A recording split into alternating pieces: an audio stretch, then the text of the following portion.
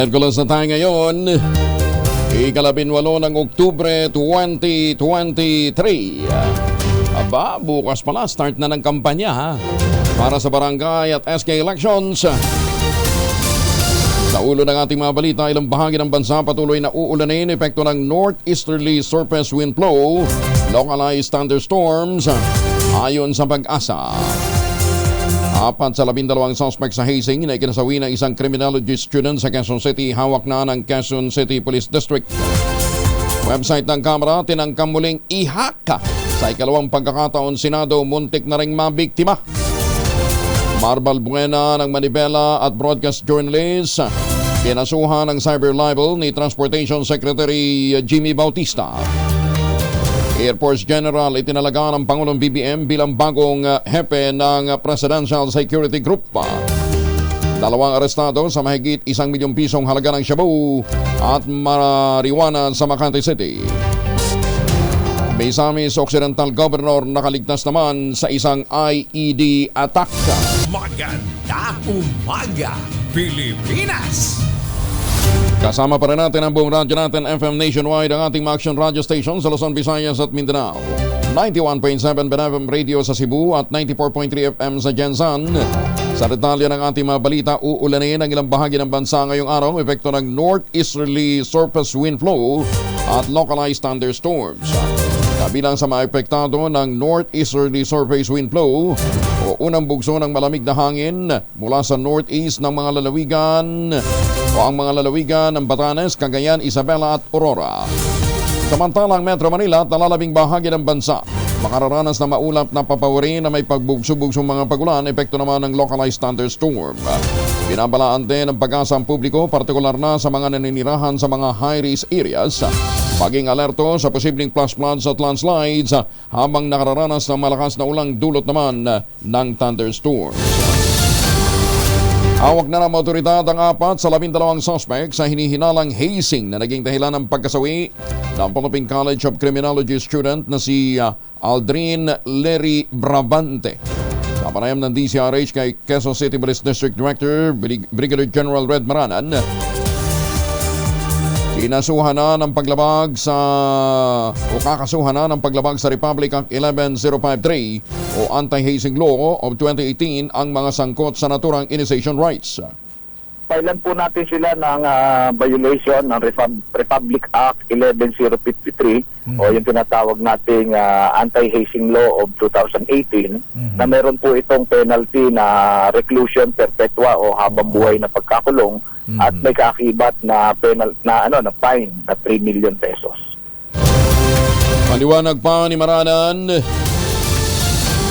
kasama rin sa kakasuhan ng mga nagplano ng hazing maging ang mga hindi pumalo sa biktima.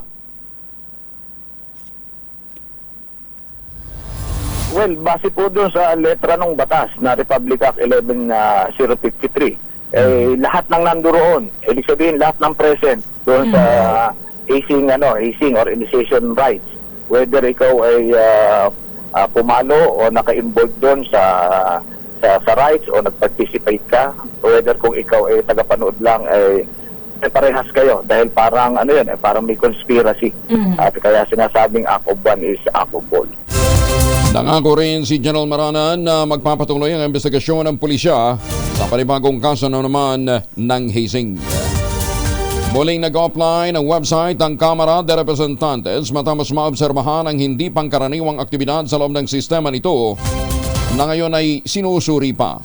Ayon kay House Secretary General Reggie Velasco, voluntaryo nilang inalis ang website dahil sa na-detect na kahina-hinala at unusual activity sa kabila ng pinatutupad ng mga security enhancements. Sinabi ni Velasco na ang hakbang ay bahagi ng pag-iingat upang mas mapalakas pa ang cybersecurity measures dahil ang pangunahin nilang concern ay matiyak ang integridad at reliability ng digital platform. Una nang nahak ang website ng Kongreso matapos itong i-anunsyo na aalisan ng confidential fund ang mga civilian agency at ililipat sa mga ahensya na may kinalaman sa pagbibigay ng seguridad sa bansa. Ibinunyag naman ang Senado na marami ring pagtatangka na ihak ang kanilang website nitong weekend. Ayon kay Electronic Data Processing Management Information System Director Mario Antonio Sulit, Na-trace nila ang mga tangkang cyber attack mula sa iba't ibang lugar ng bansa at abroad. Sinabi ni Sulit na ilan sa hacking attempts ay mula Germany, Estados Unidos at Vietnam. Posible niyang gumagamit ang mga hacker ng Virtual Public Network o VPN upang maibang internet protocol address at palabasing nasa abroad kasi maski sila nandito lang naman sa bansa. Nakaalerto na rin ang Senado matapos ng tanggain ng mga hacker na atakihin ang kanilang website. Ayon kay Senate Secretary Attorney Renato Bantog Jr., nito lamang linggo ay nagkaroon ng spike o maraming beses na pagtatangkang i-hack ang Senate website. Nang malaman nilang hacking incident sa website ng Kamara, agad nilang inalerto ang kanilang IT team at patuloy na nagbabantay sa aktibidad na ginagawa ng mga hacker. Sinabi pa nito na meron ng perimeter at mga application firewall ang website ng Senado pero hindi sila magpapakampante at naglalagay pa rin ng adjustment dito ang kanilang technical team.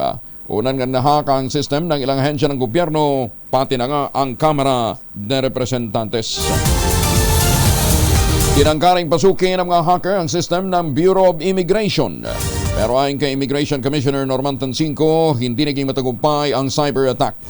Pinasasalang daw nila sa ebalwasyon ng DICT o Department of Information and Communication Technology ang system ng BI kada quarter ng taon upang mabantayan mula sa mga pag-atake. Sinabi pa ni Commissioner Tancinco na aktibo rin ang IT Department ng ahensya para masigurong ligtas ang kanilang mga datos at mahigpit ang kanilang cyber security. Inamin naman ng DICT na umalis na sa gobyerno ang ilang cyber security expert dahil sa mababang sweldo. Ayon kay DICT Assistant Secretary Renato Paraiso, malaking issue ang brain drain ng cyber security experts ngayong kabi-kabila ang hacking incident sa mga government agencies. Mas malaki daw kasi ang sweldo ng mga cyber security experts sa mga pribadong kumpanya kumpara sa pamahalaan. Una rito pinuna ni Data Ethics Philippines founder Dominic Ligot ang kakulangan ng cybersecurity expertise sa mga ahensya ng pamahalaan. Katunayan kahapon po nung makausap nga natin ang mga taga-DICT, inamin nila na kulang talaga tayo ng data protection officer. Although may mga programa ko silang nakalatag para sa pag-train ng mga data protection officer, ito ay pasisimulan pa lamang at ang kinakailangan talaga ay dagdag na pondo. Pero ang mas nakakahiya, ang isa ho sa mga nagkakaproblema ay ang Department of Science and Technology na sana'y expertise nila ho itong field na ito. Ano ha? Mukhang mas abala daw ho kayo sa mas abala daw ho kasi sa mga speeches at mga travel ang mga opisyal ng DOST. Yan, pangatawag na ho ngayon hindi na Department of Sukatoyo, Department of Speeches and Travels. Maganda umaga, Pilipinas! Kinasuhan ng cyber libel ni Transportation Secretary Jaime Bautista, sina Manibela President Mar Balbuena at ang journalist na si Ira Panganiban. Iniharap ni Bautista ang kaso sa Department of Justice masapot sa akusahan ni Balbuena at Panganiban na tumatanggap daw ng suhol o corruption money. Sabi pa ni Bautista, gusto niyang protektahan ang kanyang pangalan na halos 45 taon niyang inilagaan sa public service. Tinawag naman ni Balbuena na pure harassment at abuse of power ang kasong isinampa laban sa kanya ng Transportation Secretary. Ginit nito na hindi siya mapatatahimik ng kahit anong kaso upang ilabas ang katotohanan. Walang balak si Transportation Secretary Jaime Bautista na magbitiw sa pwesto. Sinabi ito ni Bautista matapos manawagan si Manibela President Mar Balbuena na mag-resign sa gitna ng alegasyon ng korupsyon. Ayon sa DOTR Chief, hindi niya papatulan ang hiling ni Balbuena na tinawag niyang napaka-irresponsableng transport leader. Ginawa ng kalihim ang pahayag matapos naman niyang sampahan ng demanda sa Department of Justice na Balbuena at ang journalist na si Ira Panganiban. 13 minuto na makalipas ang alas 4 ng umaga. Oy mga misis! Si Bonso ba amoy araw pag-uwi galing hang eskwela. Abay dahil yan sa germs sa katawan nila para labanan ang amoy araw at amoy pawis gumamit ng Shield Bath Soap regularly. Unbeatable ang Shield sa paglaban sa germs versus another brand. May shea butter na pampalambot ng kutis sa presyong abot kaya $12.50 SRP. Kaya mga misis ay challenge yung subukan ng Shield Bath Soap. Galit sa sakit may malasakit, sulit na sulit. Bagong balita, bagong impormasyon. Kasama si Kuya Angelo Palmones. Magandang umaga, Pilipinas! Oy! 3,000 na ang naghihintay na premyo sa ating mahiwagang tunog. Mahiwagang tunog!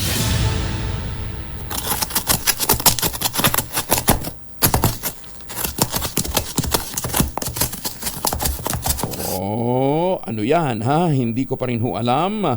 Ang clue lang na ibinigay ho sa atin, yung isang item na ginamit dyan ay ano tawag dito? Kilala. Hindi. Dinevelop para sa Taiwan. Na-develop po sa Taiwan noong 1980s at ito po ay gustong-gusto ng mga kabataan. Ayan, sikat na sikat daw ho yan sa mga kabataan. Mukhang ngayon pa lang nagsising sa akin yung yung jet lag. Ayan. Anyway, 14 minuto na makalipas ang alas 4 ng umaga. Ang inyo pong mga sagot para po sa ating mahiwagang tunog, ipadala po ninyo sa 0919-282-6485. Isang beses lamang po maaaring mag-text sa ating text line gamit ang inyong mobile number. Sundin ang tamang format ng pagte-text. Empty space, name slash, address slash, contact number slash, at ang inyong sagot. Patuloy tayo sa mga balita. Dinampot naman ang 20 katao na sangkot sa manoy pyramiding scam sa Makati City. Pinusasa ng mga operatiba ng Criminal Investigation and Detection Group ang mga suspect sa kasagsagan ng isang event ng kumpanyang Procap International Incorporated. 12 sa mga inaresto ay mga Pilipino, 5 Singaporean, 2 Malaysian at meron pang isang Briton. Sa investigasyon, lumitaw na nangangako ang grupo ng one-day return of investment na may minimum initial investment na 72,500 pesos. Nagsimula mano ang operasyon ng grupo sa Singapore nitong Hunyo ng kasalukuyang taon. Kaya lang na-booking ho na ito hindi pala rehistrado sa SEC at marami pa hong problema yung kanilang dokumento. Malakas daw ang loob ng grupo dahil ayon sa CIDG, isa si dating Justice Secretary Vitaliano Aguirre sa mga abogado ng Procap International. Itinalaga ng Pangulong Bongbong Marcos si Philippine Air Force Brigadier General Jesus Nelson Morales bilang commander ng Presidential Security Group. Ayon sa Presidential Communications Service, pinalitan ni Morales si Brigadier General Ramon Sagala na siyang commander ng PSG mula nang maupo sa pwesto ang Pangulong BBM. Nagselbi si Morales bilang Deputy Wing Commander ng Tactical Operations Wing ng Eastern Mindanao. Itinalaga naman si Sagala bilang Commander ng Civil Relations Service ng Sandatahang Lakas ng Pilipinas. Mahigit 1 milyong pisong halaga naman ang hinihinalang shabu at marijuana ang nakumpiska sa bypass operation sa Makati City. Nagresulta ng pagkakaresto sa 2 suspect. Kinilala ang mga naarestang suspect na si Sandra Dibera alias Dada, Lloyd Kirk de la Puente alias Basher, habang nakatakas naman si Patrick Umania alias Philip. Nakumpiska sa mga suspect ang nasa 153 gramo ng shabu na umaabot ang halaga sa mahigit 1 million pesos. Ang marijuana naman ay sinasabing nagkakahalaga ng 480 pesos. Natiklo ang mga suspect makarang makipagtransaksyon ang mga ito sa isang posture buyer. Nahaharap ang 2 sa reklamong paglibag sa Republic Act 9165 o Comprehensive Dangerous Drugs Act of 2002. Naniniwala si Misamis Occidental Governor Henry Uaminal na ang kanyang kampanya kontra ilegal na droga ang pangunahing dahilan ng pananambang sa kanya kamakailan. Paswerte namang nakaligtas sa ambush ang gobernador at ang bodyguard nito ng hagisan ng pampasabog habang tumatawid sa bayan ng Clarin, pauwi na sa kanilang bahay sa Osamis City. Ayon pa kay Uaminal, ito na ika-4 na beses ng pagtatangka sa kanyang buhay. Well, I don't want to speculate in the public na sa ano. Pero sa akin, ang ganda naman yung ginagawa natin sa taong bayan. Overwhelming nga yung result ng eleksyon. no, ano lang natin, pinaglaban natin yung, we continue that fight against illegal drugs kasi we used to be the legal drug capital of Mindanao before. After it was dismantled, kinontinue natin. And then when I became a governor, pati yung ano natin, yung parang reconciliation with the leftists, yung NPA infested areas ng mga barangays natin in coordination with the army, we supported that efforts of the armed forces by giving awards, no? Magandang umaga, Pilipinas! Magandang umaga sa mga taga Toyota City dyan po sa Japan, at magandang umaga din sa mga taga Bukawi, Bulacan. Siyempre, yung pong mga taga Kidapawan City, magandang umaga sa inyo, ha? Nagpahayag din ng suporta mga kongresista mula sa Mindanao kay House Speaker Martin Romualdez sa gitna ng batikos matapos ang paglilipat ng confidential fund sa ilalim ng panukalang budget para sa susunod na taon. Kabilang sa nagpahayag ng suporta kay Romualdez sa magkakahiwalay na Facebook post, sina Representative Ace Barbers ng Surigao del Norte, Chino Miguel de Almario ng Davao Oriental, Maricar Zamora ng Davao de Oro, at Francisco Jose Bingo Matugas ng Surigao del Norte. Paliwanag ng mga kongresista mula sa Mindanao, ang inalis na pondo ay nilipat ng Kamara sa mga hensyang nagbibigay ng seguridad sa bansa sa harap ng nagpapatuloy na tensyon sa West Philippine Sea.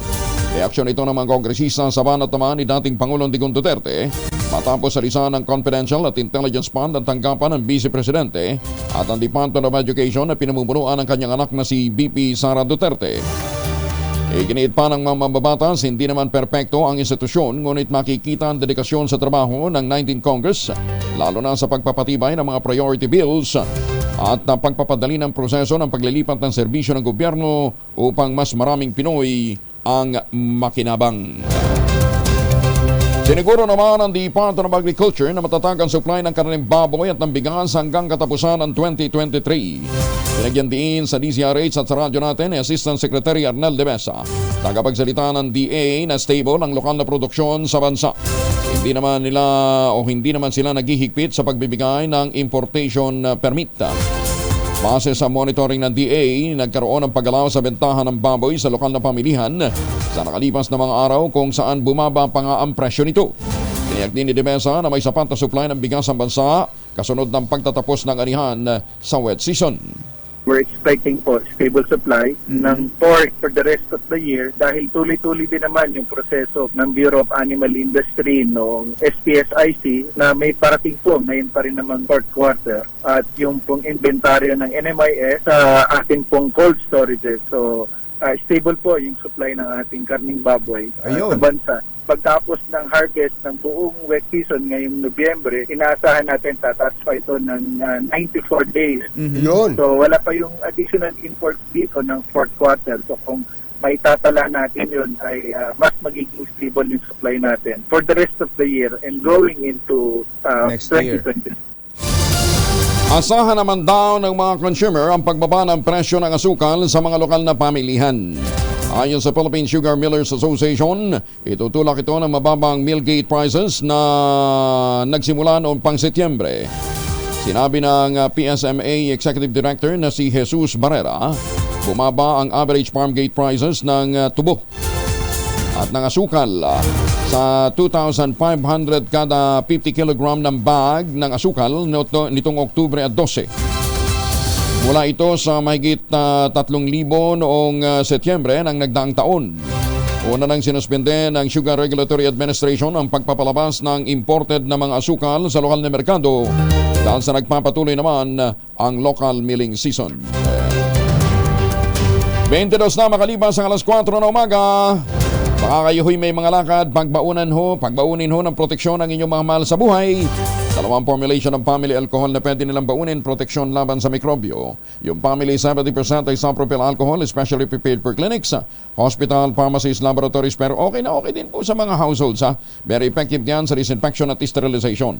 Ganyan ang bagsik ng family 70% isopropyl alcohol. Maghapon man ninyong gamitin, no problem. Hindi po manunuyong inyong mga kamay dahil meron po itong moisturizer. Yun namang mabangong family rubbing compound improved alcohol. Ayan ho yung mabangong isopropyl alcohol. Ginagamit ho ng mga masahista, mga barbero, mga doktor, mga nurse, mga kumadrona for sponge bathing and other cleansing purposes. Family rubbing alcohol parang DCRH book na sa mahabang panahon. Mabibili sa namang butik at convenience stores nationwide. Family rubbing alcohol, hindi lang pampamilya, pang sports pa. Maganda umaga, Pilipinas! Abay, mabalengke muna tayo. Nasa Quinta Market ngayon si Noche Cacas, RH27 Noche.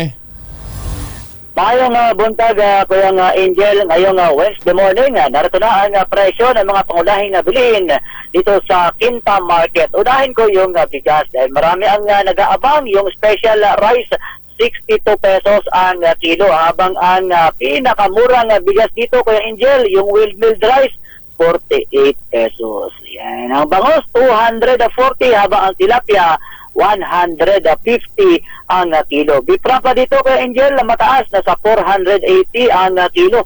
Nako, lalo na yung beef brisket, 400 ang kilo. Yung kasim, 330, habang yung limpo nakapako pa rin sa 360 ang kilo. Whole chicken, mataas, 200 ang kilo. Itlog, bawat isa, Kuya Angel, yung medium size, 7 pesos and 50 centavos. Puntahan naman natin yung ampalaya, 100 ang kilo.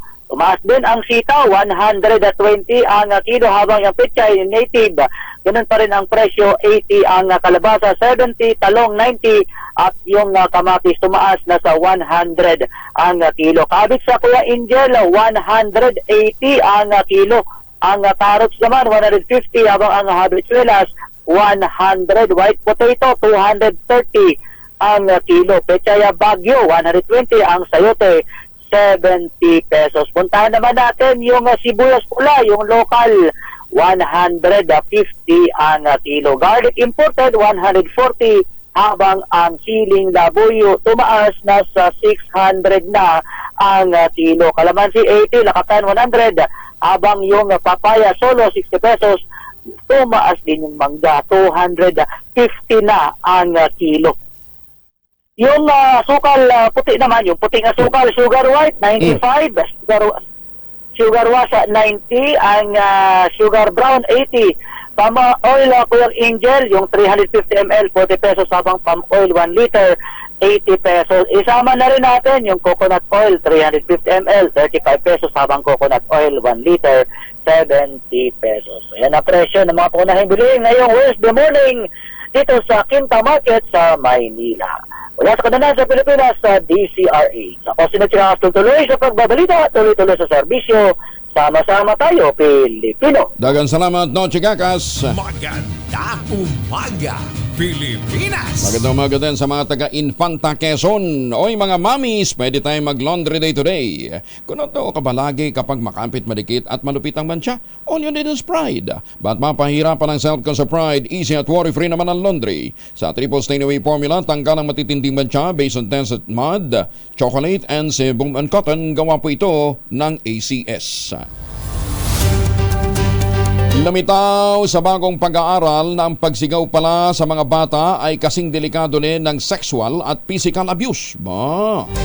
Nadiskubre ng mga researcher mula sa Wingate University sa North Carolina at University College London na ang definitional themes ng abuse ay kinabibilangan ng negatibong speech volume, tono at laman ng sinasabi. Napag-alaman ang nangunguna umanong salarin sa childhood verbal abuse ay ang mga magulang mismo at ang mga guro. Doon sa mga teacher, mag-iingat po tayo sa ating mga sinasabi sa ating mga estudyante, lalong-lalo na pagka mga bata. Diba kahit medyo makulit, Ayon ho sa pananaliksik, ilan sa epekto ng pang-abusong ito ay maaaring hindi na mawala sa bata hanggang siya'y lumaki na. Mauuwian nila ito sa emotional at psychological repercussions kabilang ang obesity, mataas na panganib sa pagiging magagalitin, substance abuse, depression at pananakit sa sarili. Kaya dapat daw naghihinay-hinay tayo kapag nakikipag-usap sa ating mga chikiting. Nag-donate naman ang Philippine Amusement and Gaming Corporation of PAGCOR ng iba't ibang uri ng gamot sa Polytechnic University of the Philippines sa Santa Mesa, Maynila. Ang donasyon ng PAGCOR ay sinabay sa pagdiriwang ng pagkakatatag ng State University.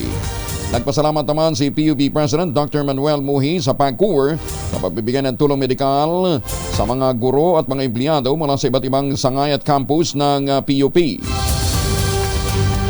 Umasa din si Dr. Muhi na magkakaroon pa ang PUP na magandang collaboration sa PAGCOR sa mga susunod na panahon. Ang donasyon ng PAGCOR ay binubuo ng mga gamot para sa ubo, sipon, lignat, hika, diabetes at iba pa tugon ito sa kahilingan ng PUP bilang suporta sa kanilang health and wellness drive. Magandang umaga, Pilipinas! Mga weaver naman ng Antique nakakita ng market na kanilang produktong patadyong. Magaling! Detalye ng balita mula kay Jody Cieza ng 91.7 Radyo natin San Jose, Buena Vista sa Antique. May nga agad, Jody. Nakakita ng market ng kanilang produkto ang mga weavers na gumagawa ng patadyong mula sa Antique pagkatapos ng kanilang pagsali sa National Arts and Crafts Fair sa Metro Manila noong nakaraang Oktubre 4 hanggang 8 ngayong taon. Ang patadyong ay isa sa mga ipinagmamalaki ng lalawigan ng Antique na gawa sa habol. Ang hand-woven rectangular round skirt ay isa sa mga ibinandera ng mga 20 micro, small and medium enterprise mula sa Antique. Kasama din ang iba pang mga ipinagmamalaki ng mga produkto gaya ng muscovado sugar, turmeric, ginger tea, sapatos with patadyong accent, herbal medicine, virgin coconut oil at iba pa. Ayon kay Mario Manzano, ang chairperson ng Bagtasan Loom Weavers Association sa Bugasong Antique, nabenta lahat ang daladala nilang stock sa naturang trade fair. Ang patadyong ay gawa sa cotton at dyed na indigo at iba pang plant juice extract kung saan natutunan nila ang paggawa nito sa isang training na ginawa ng Philippine Textile Research Institute or PTRI at ng Fiber Industry Development Authority or FIDA. Ayon pa kay Manzano, tiwala siya na magkakaroon ng malaking market ang produktong Antiqueño na patadyong dahil sa panibagong product development na kanilang natutunan. Isa pang MSME na kalahok sa naturang trade fair na si Iril Mahimpit nagpahayag na ang kanyang picnic basket na gawa sa kawayan at nito ay isa sa mga best-selling na produkto. Nagpasalamat sila dahil nabigyan ng pagkakataon na sumali sa National Arts and Crafts Fair dahil nakabenta ito ng kanilang mga produkto at makilala ang kanilang local products sa buong bansa. Balita mula sa 91.7 Radyo natin San Jose di Buena Vista, Antique. Ako si Jody Cieza, kasama mo sa pagbabalita at serbisyo. Sama-sama tayo, Pilipino. Salamat, Jody Cieza. Ayan na, dapat talaga tinatangkilik natin ho yung mga gawang atin, yung mga produktong gawang Pinoy. Isang halimbawa ho dyan ay yung tangerine chocolate. Yan po napakasarap na tsokolate, gawa po ng mga magniniyog dyan po sa lalawigan ng Quezon. Yung dati umaasa ho itong mga magniniyog sa Copra. Aba, ngayon may mga MSMEs na ho sila. Nagninegosyo na rin ho sila. Tangerine chocolate, available sa 0919-095-5935 o yung ibang mga variants naman ay available sa tangerinechocolate.ph. Sa tulungan po ni Dr. Helen Tan, ito pong mga magniniyog mula po sa lalawigan ng Quezon ay nagkaroon ng access sa mga magagandang planting material ng kakao galing Davao at yan po ang kanilang itananim dyan po sa mga nyugan. Kaya ngayon, sila po ay may sarili ng brand ng tsokolate, Tangerine Chocolate. Available sa 0919-095-5935. Ang pakiusap lang ni Dr. Helen Tan, agahan daw ho ninyo ang pag-place ng order. Lalong-lalo na dun ho sa mga kababayan natin na nandyan po sa abroad para maisama nila sa kanilang production. Ulitin natin available po ito at pwede ho ninyo i-check yung mga variants sa tangerinechocolate.ph o sa 0919-095-5935. O eto, meron pa tayong dagdag na kaalaman. Alam ba ninyo na ang tsokolate pala, pagka ipinadaan ho ninyo doon sa tinatawag na electric field o pinadaan po yung running liquid chocolate ay dumaan sa electric field, mababawasan ang fat content nito by about 20%. Kaya mas healthy daw po ito. Mas healthy, mas solid at saka mas malasa. Ayan, yan daw po ang sikreto sa paggawa ng malasang tsokolate. Magandang umaga, Pilipinas! Abandanadong kuta naman ng NPA na diskumpre ng militar sa Balbalan, Kalinga. Detalye na balita mula kay Romy Gonzalez, RH41. Ay bagnabigat ka na kayo amin sa ating mga kababayan dyan sa Norte. Romy. Nadiskubre ng mga tropa ng gobyerno ang abandonadong kuta ng mga komunistang New People's Army sa Balbalan, Kalinga. Natuklasan ng mga tropa ng 503rd Infantry Peace and Justice Brigade ang kampo sa Gawaan, Balbalan, Kalinga na tinatayang 300 metro ang layo mula sa abandonadong kuta ng NPA na nadiskubre ng militar sa parehong lugar noong February 2023. Ang pansamantalang tirahan ay kayang okupahan ng 15 katao batay sa ginamit na materyales. Na-recover ng militar ang 2 improvised explosive device, 2 firing devices switch, IED wire, 1 magazine ng caliber 9mm, gamit panluto, pregnancy test, at iba pang subversibong dokumento. Naniniwala ang Army na nilisan ng mga miyembro ng NPA ang lugar dahil sa humihina at nalalagas nilang puwersa. Matatanda na isang commander ng mga rebelde ang napatay at 2 matataas na kalibreng baril ang nabawi sa naganap na sagupaan ng mga kawal ng gobyerno at miyembro ng Komiteng Larangan Guerrilla Baggas at Regional Centro de Gravidad Ilocos sa Cordillera Regional Committee noong March 9 sa Sitio Babakong sa Gawaan, Balbalan, Kalinga. Mula sa kauna-unahan sa Pilipinas, DZRH, ito si Romy Gonzales, tuloy-tuloy sa pagbabalita, tuloy-tuloy sa serbisyo, sama-sama tayo, Pilipino. Maraming salamat, Romy. Just like Gina. At magandang umaga ho sa mga suki natin dyan sa Calapan City. Magandang umaga din sa mga taga-Buwak, Marinduque at mga taga-Sariaya, Quezon. Pahigit naman sa 13,000 abaka farmers sa Catanduanes na apektado ng pagbagsak ng presyo nito. Binigyan ng ayuda ng TGP Party List at ang DSWD. Detalye na balita mula kay Ruel Saldico, RH18. Ruel. Personal na iniabot ni TGP Party List Representative at Deputy Majority Leader Congressman Jose Bong Teves Jr. katuwang ang DSWD sa pagbigay ng mabilis na ayudang food assistance sa mahigit 13,000 na abaka farmers sa mga grupo ng abakaleros mula naman sa ibang barangay sa mga bayan ng lalawigan ng Catanduanes. Ito ay matapos ang 2 buwan na epekto ng pagbagsak ng presyo ng abaka sa lalawigan. Ang food assistance mula naman sa TGP Party List ay nirequest sa Department of Social Welfare and Development o DSWD. Ayon sa kongresista, nag-request siya sa Philippine Fiber Industry and Development Authority o PELPEDA ng 70 million pound para naman sa pag-upgrade ng abaka production sa Catanduanes at sa iba pang lugar sa bansa. Kahit ito ay kanyang inendorso naman sa Department of Budget and Management o DBM. Kung walang yung pondo, inendorso ko siya na mag-additional ng 70 million pesos doon po sa Department of Management o Department of Budget and Management. Yung 70 million pesos na yun, pag yun aprobahan, panggamit yun para mas mapagayon ang pagprodukto o pagtalubo ng abaka kung ang talong ng mga hybrids ay tatalong na abaka. Ayon naman sa mga abaka farmers, labis ang kanilang paghihirap na naranasan dahil sa pagbagsak ng kanilang kabuhayan. Kaya ito ay nagpasalamat sa TGP Party List sa tulong naman ay inihatid naman ng DSWD. Papasalamat kami, ako ta kami, mabubuhay kami, kami magkaon. Natawag kami ng pagkabuhay. Nauuguma ako, napapasalamat ako una sa Panginoon. Sa inyo lahat na nagbigay biyaya sa tao. Buhay! Ang masabi ko sa TGP Party List ay dakulang salamat. Malaking tabang ito sa aming mga parahagot. Kaya naniniwala ko kibong tibis na siya makakatulong sa amin dito sa Catanduanes. Lahat na parahagot ay siya ang laging tumutulong. Maraming salamat sa TGP, lalong-lalo na kay Congressman Bong Tibis. Salamat po. Ang paghahatid ng tulong ng TGP Party List sa panguna ni Congressman Bong Teves ay isa sa mga prioridad ng TGP Party List para naman makapagbigay ng tulong at ayuda sa mga mahihirap nating kababayan, lalo na sa mga abaka farmers. Ito ang DZRH, kauna-unahan sa Pilipinas. Ruel Saldico, tuloy-tuloy sa pagbabalita, tuloy-tuloy ang serbisyo, sama-sama tayo, Pilipino. Mabalos, Ruel. Samantala, para ho naman sa iba pang mga produkto ng abaka. Puntahan ho ninyo yung Shangri-La Mall. Magsisimula bukas ang Orgulyo Can Bicol Trade Fair.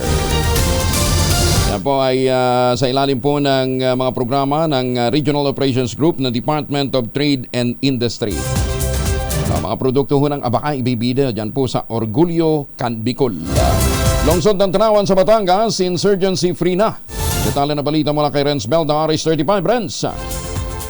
Idineklara ng kauna-unahang insurgency pre ang lungsod ng Tanawa sa lalawigan ng Batangas matapos porma ng lagdaan ang Memorandum of Understanding of the Declaration of Stable Internal Peace and Security o SIPS sa pagitan ng City Government ng Tanawan at ng iba't ibang ahensya ng pamahalaan na pumoprotekta sa kaligtasan at kapayapaan ng bansa.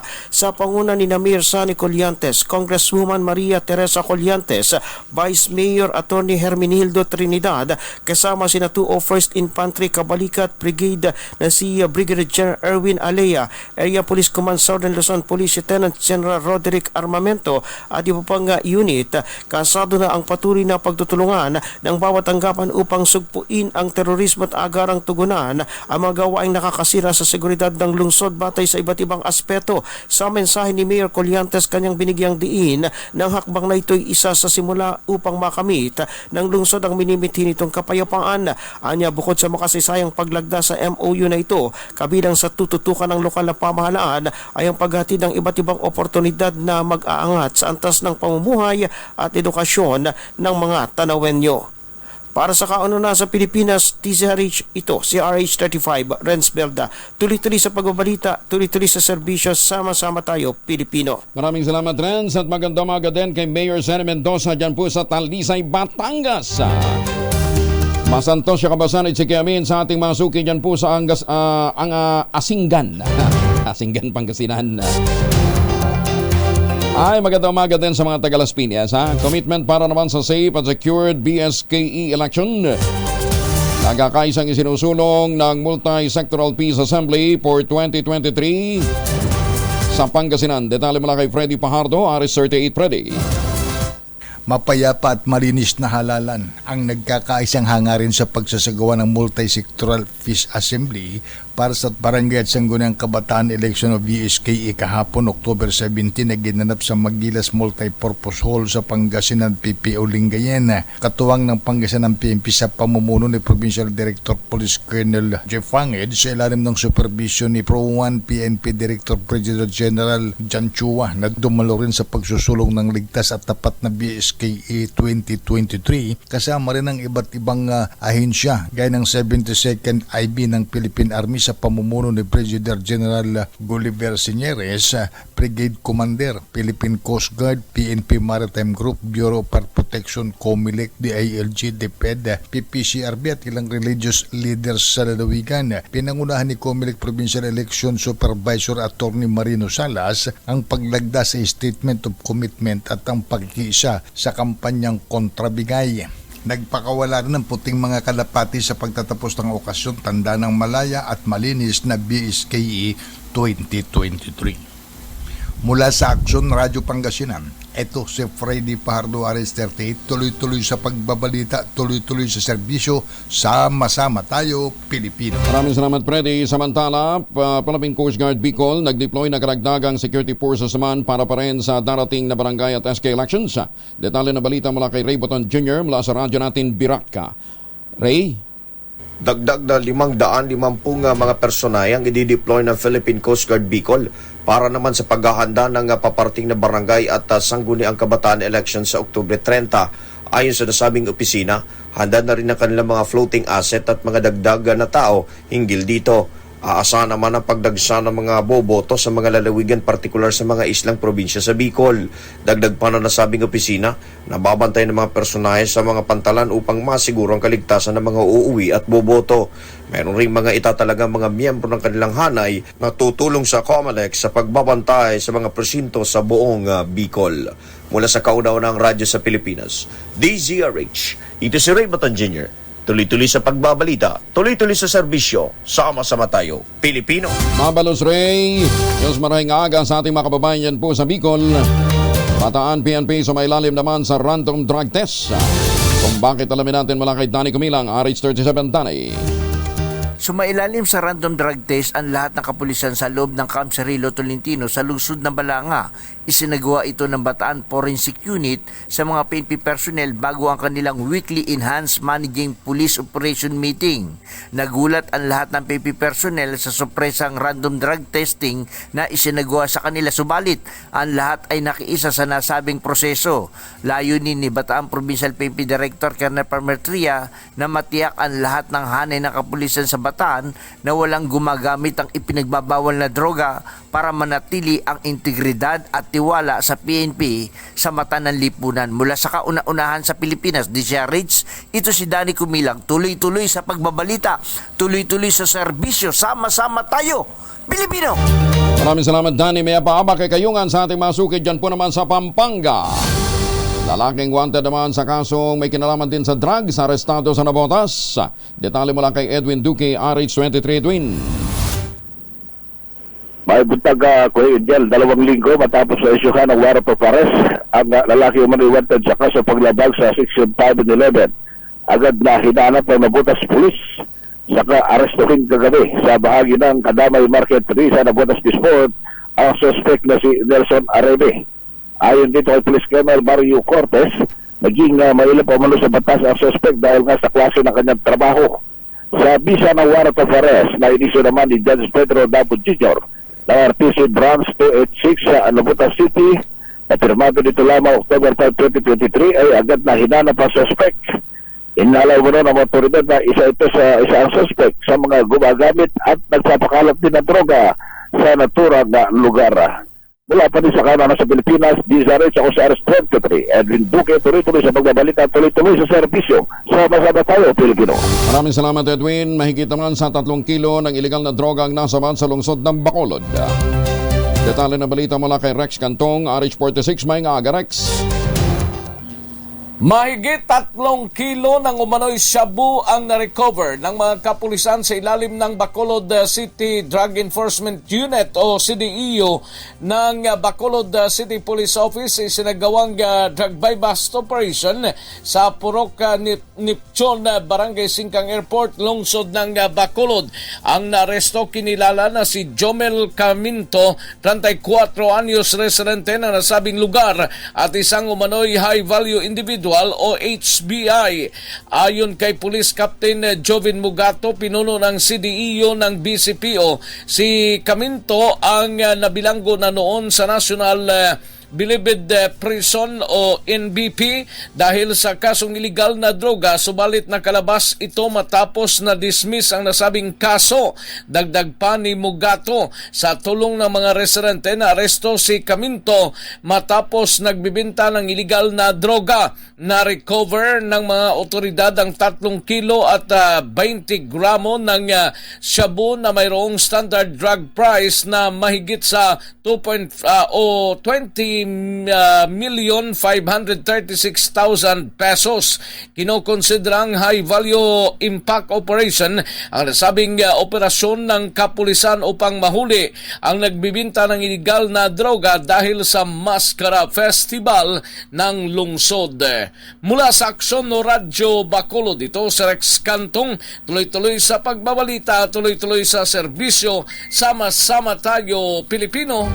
Damong salamat, Rex. Anong dra, higit naman sa 100 individual na aresto ng kapulisan matapos lumabag sa election campaign sa Eastern Visayas. Detalye ng balita mula kay Jimmy Angay-Angay, RH32. Maupay ka aga, Jimmy. Malo na sa 108 ang naresto na individual ng kapulisan na lumabag sa election gun ban.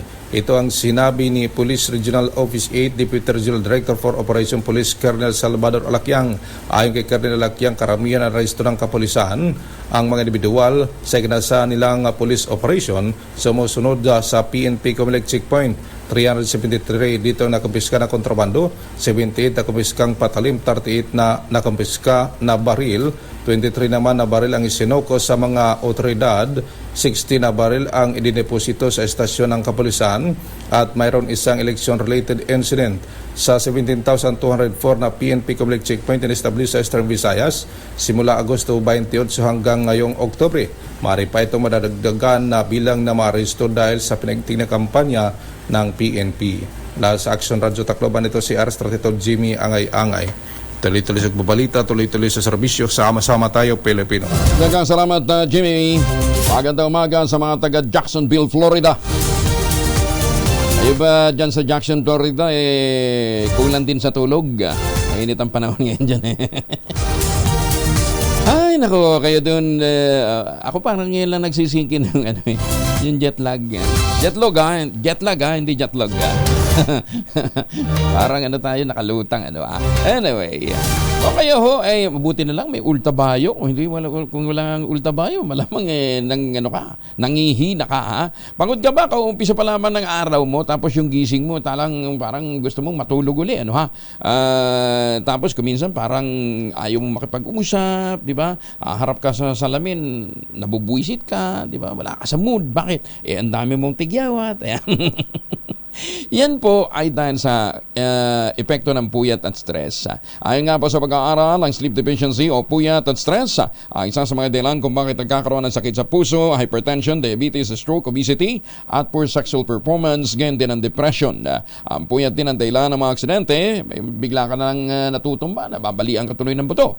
Kailangan mo magkaroon ng sapat na tulog. Hindi lang sapat na tulog, kundi magandang tulog para magkaroon ng magandang gising. Buti na lang, meron na yung kauna-unahang postbiotic food supplement na Ultabayo. Ang postbiotic po ay na-develop na tinuklas po ito ng mga dalubhasa dyan po sa Japan at ginawa naman ng TX's Health Ventures ay kinapsulize ito at pinarehistro sa Food and Drug Administration. Rekomendado ng mga doktor, lalong-lalo na doon ho sa mga dalas na nagkukulang ng tulog. Available sa Lazada, Shopee at TikTok. O pwede po kayong tumawag sa 0917-110-6580. May nakastambay po dyan. Text lang daw, wag naman tawag. May nakastambay pong mga medical experts na magbibigay ho sa inyo ng mga payo pagka kayo po ay nag-text sa 0917-110-6580. Sa panahon ng pagbabago ng panahon, stressful na buhay, kailangan natin ng sapat na tulog. Ang inyong kaagapay, ang inyong kasangga, ang Ultabayo. Available sa John's Pharmacy, dyan po sa Zamboanga City, at sa Pasmed Pharmacy naman sa San Pedro, Laguna. Magandang umaga, Pilipinas! Mga fans ni Nora Honor, mukhang kailangan ho ng Ultabayo. Nagngingit-ngit! Hindi na ho kasi napasama sa Manila Film Festival 2023 ang pelikulang Pieta. Bakit nga ba? Morley Alinio. Morley. Gising na ang showbiz, rampa na Pilipinas. Good morning, Kuya Angel. Well, marami ang naiimbyer na. Ang mga Nuranian ay talagang nagpupuyos ang kanilang kalooban matapos na hindi mapasama sa Metro Manila Film Festival ang pelikulang Pieta ni Nora Honor. Nagtataka ang mga Nuranian. Bakit hindi napasama ang Pieta? Gayong ito ay isang pelikulang obra maestra na makakasama nga ng naturang aktres ang Consular Alfred Vargas, Jacqueline Jose at si Gina Alahar. Samantala, happy naman ang mga Bilmanians dahil pumasok sa Metro Manila Film Festival ang pelikula ng Star for All Season at ni Boyet De Leon. Ito ay ang When I Met You in Tokyo na kung saan sinasabi magaling daw ang pagkakagawa ng nasabing pelikula. Well, sa nasabing usapin ay marami ang nagtataas ng kilay. Nagkaroon ba talaga ng palakasan sa Metro Manila Film Festival? Yan ang ating DZRH Showbiz Status News. Ito po ang inyong RH47. Morley Alinio, tuloy-tuloy sa pagbabalita, tuloy-tuloy sa serbisyo. Sama-sama tayo Pilipino. Babu! Maraming salamat, Morley. 51 makalipas ang alas 4 na umaga dito po sa Pilipinas. Pinalawak pa ng SM Development Corporation ang real estate footprint nito upang maabot ang mga Pinoy at mga investors. Ngayon po ay nasa Dubai na ang SM Development Corporation. Ang SMC, ang residential subsidiary ng SM Prime Holdings ng Pamilya C. Opisyal na pinasanayaan ang tanggapan ng SMDC sa Deira, Dubai noong isang linggo. Misyon ng SMDC na palawakin ang real estate opportunities sa mga individual sa buong mundo. Kilala ang SMDC sa commitment itong magbigay ng access para sa sustainable at achievable cosmopolitan lifestyle sa pamamagitan ng award-winning property developments. Hanggang noong isang taon, matagumpay nitong nakumpleto ang 18 residential development sa mga key provincial cities ng bansa. Bagaling Nasa Dubai ng SM. 72 mula sa 985 na mga examinees ang nakapasa sa Veterinarian's Licensure Examination nitong Oktubre. Grabe 10%? Kukunti na nga yung nag-exam, kukunti lang din yung pumasa. Ayon sa Professional Regulatory Commission, top-notcher ng BOT si Purodico Babiano ng De La Salle Araneta University matapos selyuhan ang 84.28% na passing rate. Sinusundan ito ni Clarissa Mordeno ng Central Mindanao University at Diego Hernandez ng UP Los Baños na nakakuha ng 84.04% at 83.42%.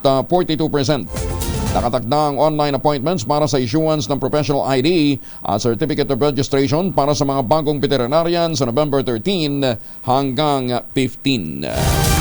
Alam niyo, yung isa sa mga pangarap ko talaga noon, maging veterinarian. Hirap kaya niyan. Ang tao, pag tinanong mo po, sasagot. Yung kabayo, tanungin mo, ano masakit? Makasipain ka pa. Dahil naalala ko, baka sumagot. Pag sumagot yung hayop, may problema ka. Sigurado unang-una kang kakaripat. Naghahanda ng Asian Development Bank ang mga bansa sa Asia Pacific ng Green Jobs Transition para sa low carbon economy. Nakasa dito sa pag-aaral ng ADB na may titulong Preparing the Workforce for Low Carbon Economy, a closer look at green jobs and green skills. Ayon sa ADB, mangyayari ito sa pagsasagawa ng labor market forecast at analysis na siyang gagabay sa edukasyon at workforce planners kaugnay ng job trends na hinaharap. Kailangan din daw ng mga bansa na gumawa ng sector-specific plans para sa education planning at workforce development upang matugunan ang gaps sa ating educational system. Samantala, hamon naman sa Pilipinas ang pagsiguro ng sapat na trabaho para sa mga kabataan, lalo pat lumalago ang populasyon sa ating bansa. May iba kasi sa East Asian countries na naharap sa aging population, tinatayang lalaki pa ang young demographic ng bansa pagsapit ng taong 2050. Hulyo ng 2023 nang sumirit sa 4.8% ang unemployment rate ng Pilipinas o katumbas ito ng 2.3 milyon na walang trabahong Pinoy. Sinasabing may mga oportunidad naman sa trabaho pero hindi lang maabot ng mga manggagawa ang skills demand sa labor market. Sa pag-aaral ng Asian Development Bank noong 2021, iniulat na 52% ng mga BPO employers at 58% ng mga employers sa electronic manufacturing ang nagsasabing hindi handa sa trabaho ang mga na-hire na mga bagong graduate. Hindi umano naihanda mga ito sa kanilang edukasyon o training dahil sa pagbabago sa skills na kinakailangan ng parehong sektor. Sa pag-aaral naman ng Oxford Economics and Cisco, tinatayang 4.5 million na trabaho o 10.1% ng labor force ng Pilipinas ang aalisin na o papalitan pagsapit ng 2028 dahil sa pagsulpot ng artificial intelligence. Isa sa nakikitang solusyon ng mga eksperto sa problemang ito ang pagpapalakas sa reskilling at upskilling para sa forma ng human capital investment. Sa pamamagitan nito, inaasahang makakasabay ang mga manggagawa sa mga pagbabago ng labor market, mapapahusay ang kanilang kakayahan at magiging future-proof ang labor force. Kaya kinakailangan ho sa mga kabataan ngayon i-develop ho natin yung ating mga skills. Inimok naman ang Pangulong Bongbong Marcos ang mga magsasaka na sumali sa mga kooperatiba para mapalakas ang lokal na produksyon ng bigas. Punto ng Pangulong BBM, mas madaling maabot ng bawat magsasaka kung may leader na magre-representa sa kanila sa pakikipag-usap sa gobyerno. Ayon sa Presidente, mismo ang pamahalaan ang magsisimula ng inisyatibo na magsagawa ng consolidation sa mga lugar na walang kooperatiba. Tiniyak din ng Pangulong Marcos na magsasagawa ng training sa management, business planning, accounting, bookkeeping at iba pang mga programa sa mga kooperatiba ng mga magsasaka. Alam niyo, talagang kailangan ito ngayon. Kapag nagawaan niya ang lahat ng mga ito, tiyak na papatok, kikita na malaki ang mga kooperatiba na pwedeng makapag-expand pa ng mga negosyo. Kaya yun ang ating ginagawa ngayon. And that is how I see the role of the cooperative movement today. Is that cooperative movement is very closely related to agriculture. Because for the simple reason that we need to consolidate our farmers The farmers, maliliit lang sila. They're one. Pag isa lang yan, walang nakikinig dyan. Pero pag marami-rami na yan, kahit na yung congressman ninyo, yung governor ninyo, yung mayor ninyo, makikinig na sa inyo. Dahil marami na ang cooperative. The cooperative has some influence. Maganda umaga, Pilipinas!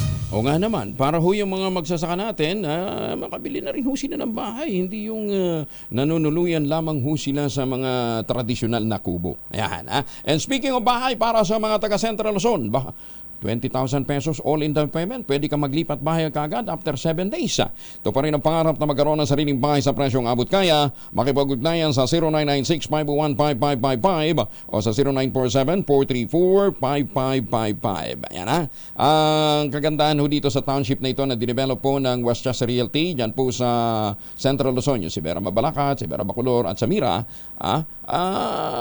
Ano ito?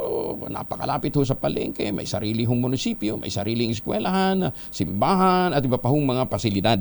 Wala lang ospital. Ayan, ha? Kaya ano pang iniintay po ninyo? Ito pa rin ang pangarap na magkaroon ng sariling bahay at magkaroon pa ng chance na manalo ng bagong kotse. Malay nyo, swertihin ho kayo. Ano, ha? Kayo pong kung kayo ho'y magpapareserve ng inyong townhouse unit, qualified na kayong manalo o magkaroon ng chance na manalo ng bagong kotse.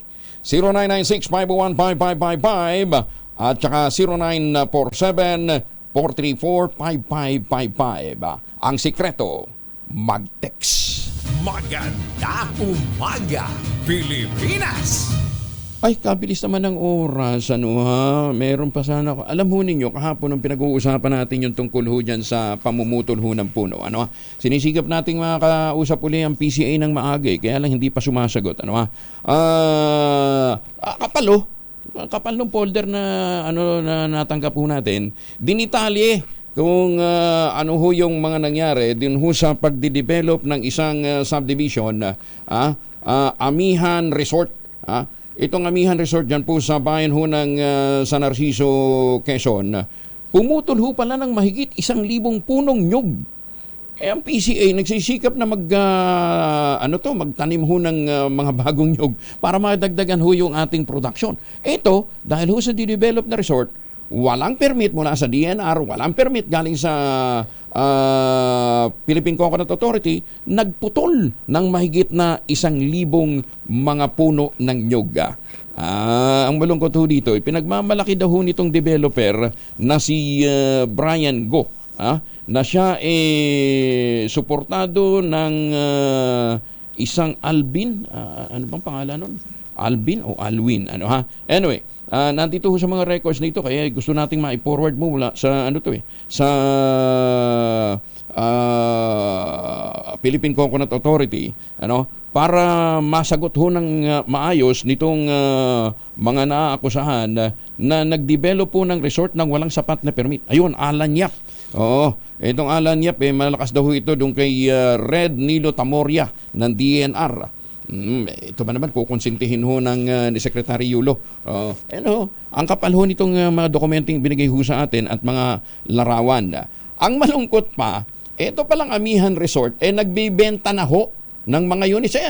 Pre-selling beach and mountain view residential and commercial lots. Wala pang permit. Mula po naman sa Department of Human Settlements and Urban Development. Ang lakas ng loob nitong mga ito, ano, ha? Ang dami ng violation, ang dami ng violation sa kalikasan at pamumutol ho ng puno ng nyug. Ngayon nagbibenta pa ho ng mga residential units nang wala namang sapat na permit. Ay, tama-tama. Ito na si Administrator Bernie Cruz ng Philippine Coconut Authority. Admin, magandang umaga po sa inyo. Magandang umaga po. Magandang umaga sa inyo. Nung una, akala ko kwentong kutsero lang yung pagputol ho ng mahigit na 1,000 puno ng nyug. Nung makita ko yung report doon sa barangay at saka doon sa nung mga concerned individuals, nakumpirma, mahigit nga 1,000. Pagka ganun, ba kailangan talaga ng clearance ng Philippine Coconut Authority bago sila mamutol? Opo. Kailangan nila may permit muna bago sila magputol ng puno ng nyug, lalo na kung dito'y namumunga. Kailangan natin ng mga nyug. Kahit na ho ito... Sampung lugar. Sa Quezon. Sa Narciso, sa Narciso, Quezon. Kaya sabi ko, di ba, kung halimbawa, ano bang requirement natin? Pagka dipterocarp, di ba? Pagka nagputol ka ng puno, kailangan may kapalit. Ang isang puno yata, 3, 4 na puno ang itatanim mo. Ang sa nyog, ganun ba?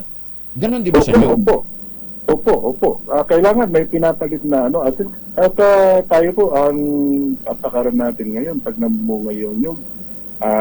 Nagbigay ako ng moratorium na hindi pwedeng putulin. Walang kapalit ng namamumunga. So kailangan bago ka mamutol talaga pero kung halimbawa paano kung halimbawa gagamitin nga po yung lugar for development? Opo, ay kailangan po ng permit. Kailangan natin ng permit at kailangan po talagang mapalitan yung mga dahil si Presidente nga po 100 milyong puno na nyug yung gusto niyang para ma-revive natin yung ating coconut industry. Oo. Anyway, ang payo ho namin dun ho sa sa mga lokal na opisyal, dumulog na, magsabit na ng formal complaint ho sa Philippine Coconut Authority para actually hindi naman po pwede sigurong upuan lang ito ng ganito. Yung bang wantonly nagpuputol ka ng puno dahil gusto mo lang. Di ba? Hindi po. Kung pwede po, hingin ko na sa inyo yung detalye, sir, at ako mismo ay gagawa na ng aksyon at paiimbestigahan natin. Actually, nakausap na rin pala ng konseho yung local PCA natin doon at sila nga nagkumpirma na wala nga daw pong permit. Walang Narciso, Quezon po ba? Opo.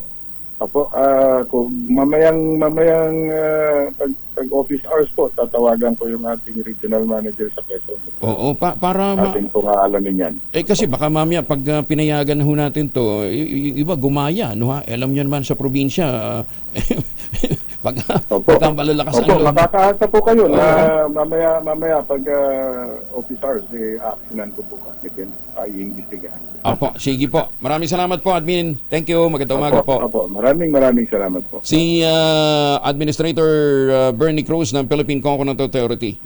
Bukod ho kasi sa nyog, namutol din ang bakawan. Marami-dami din ho yung bakawan ang naputol.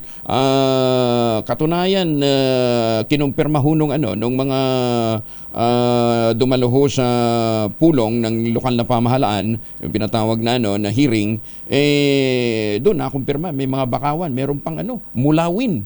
Mga puno ng mulawin na naputol ho. Ang sabi daw ho kasi nitong si Alan Yap, doon ho sa kanilang lugar, hindi na kinakailangan ng mga permit. Baka astig ka, boy. Maganda umaga, Pilipinas! Nakalimutan kong itanong uli. Ang sinasabi ho kasi ni Administrator Bernie Cruz itong ganitong klase ho ng paglabag, pagputol ho ng mga puno, lalong-lalo ng puno nyog, may criminal liability at meron pa hong kasamang kulong. Maganda umaga, Pilipinas! Maganda umaga din po sa mga Pilipino dyan po sa Busan, Korea at sa mga suki natin dyan sa San Carlos City, Pangasinan.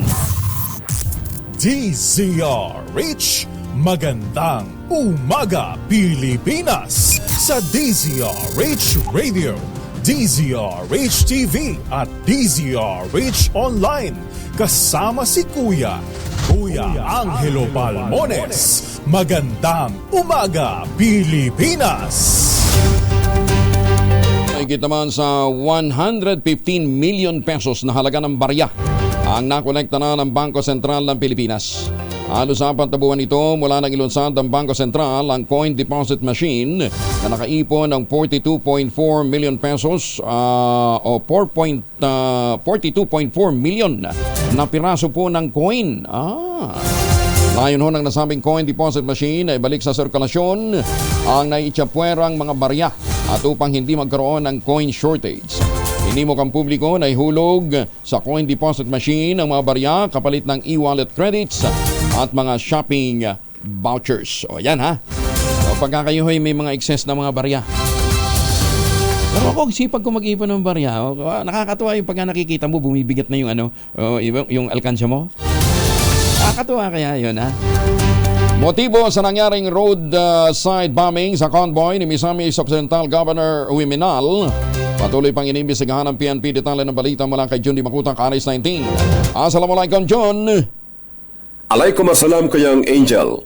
Patuloy pang nangangalap ng detalye at impormasyon ang Clarin PNP, Ozamis Provincial Police Office, EOD Team at ng Intel Units sa naganap na roadside bombing sa bayan ng Clarin, Misamis Occidental kung saan target umano ng IED attack ang convoy ni Governor Henry Uiminal na dumadaan sa nasabing highway pasado alas 11 ng gabi kamakalawa. Sa report ng Clarin Police Station, napuruhan ng pagsabog ang lead car ng convoy habang tinamaan din ng shrapnel ang second car, isang kulay puting Isuzu D-Max na siyang humaliling lead car palabas ng bomb site at nakarating ng ligtas ang gobernador sa kanilang tahanan sa Ozamis City.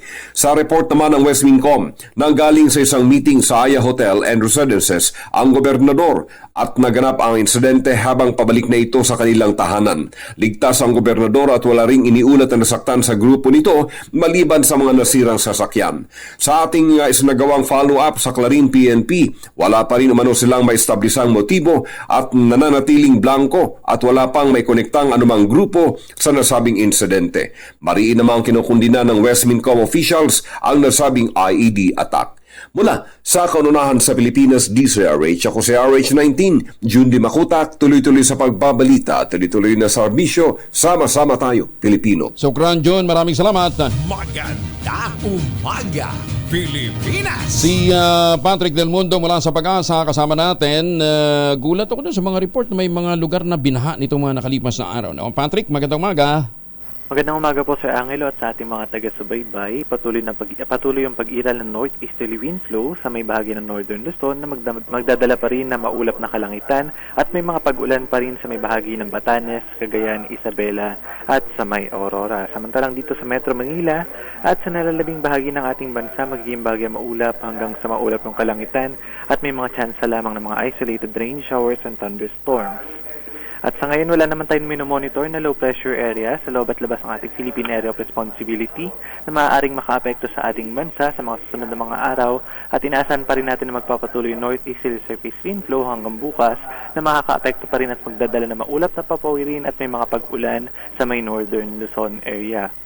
At wala rin naman tayong nakataas na gale warning sa namambaybayin ng ating bansa, malaya mga kapalaot, yung ating mga kababayang mga ngisda at may maliliit na sasakyang pandagat, bagamat inaasahan natin na possible makaranas ng katamtaman hanggang sa mataas mga pag-alon sa mga baybayin ng Northern Luzon. Pinag-iingat yung ating mga kababayan na papalaot ngayong araw sa mga baybayin ng Northern at Central Luzon. At para naman sa agwat ng temperatura ngayong araw sa Metro Manila nasa 25 to 32 degrees Celsius, Baguio City 16 to 24, Metro Cebu 25 to 32 at sa may Metro Davao naman ay 24 to 32 degrees Celsius. At yan po muna ang latest mula dito sa Pag-asa Weather Forecasting Center. Ito po si Patrick Del Mundo. Magandang umaga po sa ating lahat. Patrick, sa ano daw? Sa Tagaytay? Anong range ng temperature natin? Sa Tagaytay po, possible po yung range ng ating temperature ay nasa between 22 to 30 degrees Celsius. Okay na rin. Malamig-lamig na rin. Thank you, Patrick. Maraming salamat. Maraming salamat po. Si Patrick Del Mundo mula sa Pag-asa. Ayan, pero kahit na may mga bantaho ng sama ng panahon, kinakailangan pa rin proteksyonan natin ating pamilya laban po sa mga mikrobyo. Dalawang formulation ng family alcohol na pwede nating pagpilian o ibabaon para ho sa ating mga mahal sa buhay. Yung family 70% ay isopropyl alcohol, especially prepared for clinics, hospital, pharmacies, laboratories. Pero okay din po sa mga households. Ha? Very effective yan sa disinfection at sterilization. Ganyan ang bagsik ng family 70% ay isopropyl alcohol. Maghapon natin gamitin, no problem. Hindi po manunuyo ang ating mga kamay dahil meron po itong moisturizer. Yun namang mabagong family rubbing compound improved alcohol. Ayan ho yung mabagong isopropyl alcohol na gamit ng mga masahista, mga berbero, mga doktor, mga nurse, mga kumadrona for sponge bathing and other cleansing purposes. Family rubbing alcohol parang di siya reachable na sa mahabang panahon. Mabibili sa namang butik at convenience stores nationwide. Family rubbing alcohol hindi lang pampamilya, pang sports pa. Maganda umaga, Pilipinas! Aba, may sagot ang MMDA sa mga kumikustyon sa pagpili ng mga pelikulang pasok sa Metro Manila Film Festival 2023. Yan naman ang balita sa atin ni Gorgie Rula. Gorgie? Pagkatapos napili ang 10 pelikulang entry sa ngayong taong Metro Manila Film Festival, ay inaasahan na ng buong Executive Committee ng MMFF na may magki-question pa rin sa mga napili nilang entries. Ang sabi ng acting chairman ng MMDA na si Attorney Dan Artes, hindi nila pinakialaman ng screening committee na namili ng mga pelikulang pasok sa Magic 10. Ang sabi pa niya, isa lang ang taga-MMDA na kasali sa screening committee at lahat ng miyembro ay taga-movie industry. So mas alam daw nila kung alin ang mas karapat-dapat na makapasok sa 10 entries. Nag-decide na rin daw sila na 10 dahil 30 ang nagsubiti ng mga pelikula at nakakapanghinayang daw na itapon ang 20 pelikula na sobrang dikit ang score sa 4th entry. Kaya ginawa na nila itong 10 dahil marami naman daw ang nadagdag ng mga sinihan sa buong bansa. At sinagot din ni Attorney Dan Artes ang mga nagsasabing dapat na taga-film industry ang hahawak sa MMFF at hindi taga-MMDA o mga taga-gobyerno. Ang sagot ni Attorney Dan, unang-una raw ay batas na nagmamandate sa kanila na mag-hold ng MMFF. Pangalawa pa raw ay sigurado raw siya na may resources sila para i-hold ang mga LGUs na siyang nag-host ng MMFF taon-taon at ibinibigay ito ng MMDA. Ang sabi pa niya, ang MMFF ay itinatakbo ng isang executive committee at ang executive committee na ito ay kansay. Ang sabi niya ay 80% dyan ay miyembro ng taga-film industry. So ang pagpapatakbo ng MMFF ay wala po sa MMDA kundi sa executive committee ng MMFF. End of quote. Mula sa kauna-unahan sa Pilipinas, DZRH, ito po si Gorgie Rula, tuloy-tuloy sa pagbabalita, tuloy-tuloy sa serbisyo, sama-sama tayo Pilipino. Maraming salamat, Gorgie. Ayan, sige. Basta tangkilikin ho natin ang pelikulang Pinoy. Ayan. At para meron ho tayong pampanood. Hindi yan. Mahiwagang tunog niya. Mahiwagang tunog. Wala pa siya, wala pang senyales kung nasan si Sherwin Albarwe. So dito muna tayo sa ating mahiwagang tunog. Nagkakahalaga ngayon ng 3,000 pesos.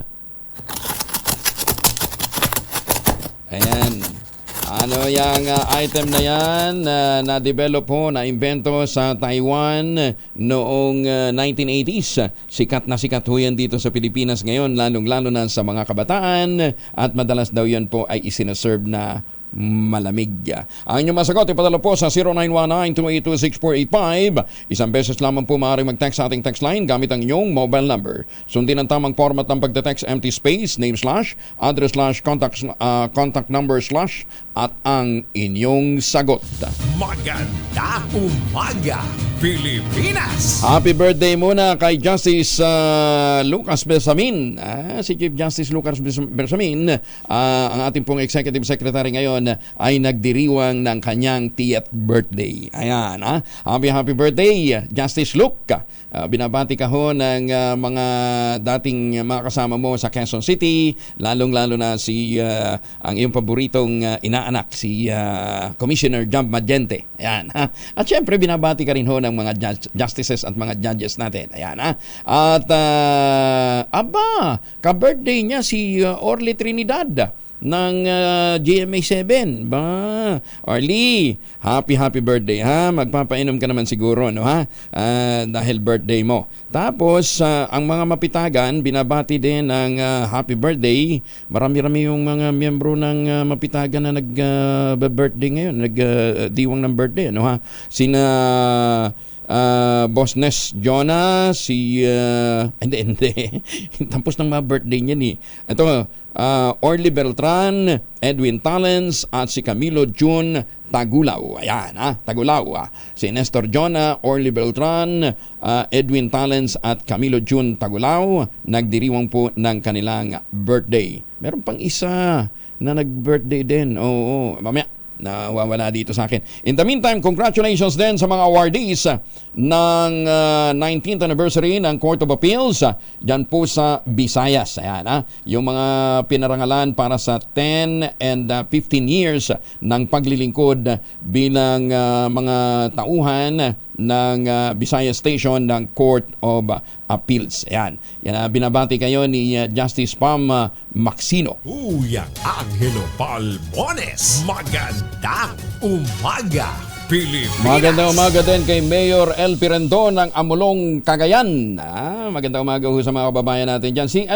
Si John Laigo, dyan po sa Santa Maria, Pangasinan. Pinababati yung anak niya dyan sa Singapore. Hindi mo naman sinabi dyan kung anong pangalan ng ating kababayan ng iyon, ang anak mo na nasa Singapore. Anyway, happy birthday. Yan. At magandang umaga pa rin ho sa mga suki natin dyan sa Ballesteros, Cagayan at Kalumpit, Bulacan. Doon ho sa mga kulang ng tulog, kadalasan, sabi nila, isang reklamo nila, di ba, nanlulupay-pay na si Junior. Alam ba ninyo na isa ho sa mga dahilan ho niyan, yung dahil kulang ho kayo sa tulog.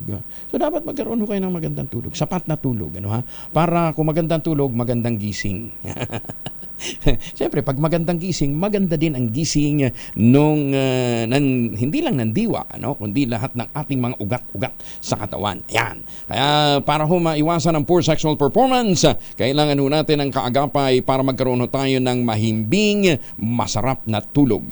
Diyan po pumapasok ang kauna-unahang postbiotic food supplement na Ultabio. Ang postbiotic po ay technology na develop po ng mga dalubhasa dyan po sa Japan at ginawa hong kapsula ng Theoxis Health Ventures. Yan. Ang Ultabio ay rehistrado sa Food and Drug Administration, rekomendado po ng mga doktor. Ang ginagawa pala nitong postbiotic, ina-activate yung commander ng ating immune system laban ho sa sakit at mga infeksyon at nakatutulong din para magkaroon ng magandang tulog at sapat na lakas sa kinabukasan. Available sa Lazada, Shopee at TikTok o dili kaya tumawag ho kayo mag-text sa 0917-110-6580 para po sa karagdagang impormasyon. Diyan po sa mga taga Zamboanga City, available yan sa Joan's Pharmacy at diyan po naman sa San Pedro Laguna sa Pasmed Pharmacy. Pero dito ho sa Metro Manila, malapit-lapit na sa isa pong kilalang butika. Maganda umaga, Pilipinas! Website nga ng Kamara muling tinangkang ihak. Detalye mula kay Manang Milky Riguanan. Manang Milky. Tinangka na muling ihak ang website ng Kamara kaya pansamantala itong inalis online. Ayon kay House Secretary General Reginald Velasco, may mga na-detect na kahina-hinala at hindi pa karaniwang aktibidad na sinusuri ngayon ng IT team ng House of Representatives. Inalis muna online ang website bilang pag-iingat at para ma-double check ang mga hakbang at mas palakasin pa ang nakalatag na cybersecurity measures. Muling umapela si Velasco sa publiko ng pangunawa at pasensya. Sabi ni Velasco, pangako nila na magbibigay ng update sa publiko kaugnay ng commitment ng Kamara ng transparency and open communication. Sa report ni Arnold De Castro, ang head ng IT Division ng Kamara, patuloy ang kanilang koordinasyon sa Department of Information and Communications Technology. Sinabi ni De Castro, dahil sa report ng hacking, dumami ang gustong maka-access sa website ng Kamara at hindi lamang dito sa Pilipinas kundi sa abroad. Ayon kay Castro, hindi masasabi na ito ay mga hacker dahil mukhang mas marami ang nag-oosyoso lamang. Para sa kauna-una sa Pilipinas, DZRH, ako si Milky Riguanan. Tuloy-tuloy sa pagbabalita, tuloy-tuloy sa serbisyo, sama-sama tayo, Pilipino. Maraming salamat, Manang Milky.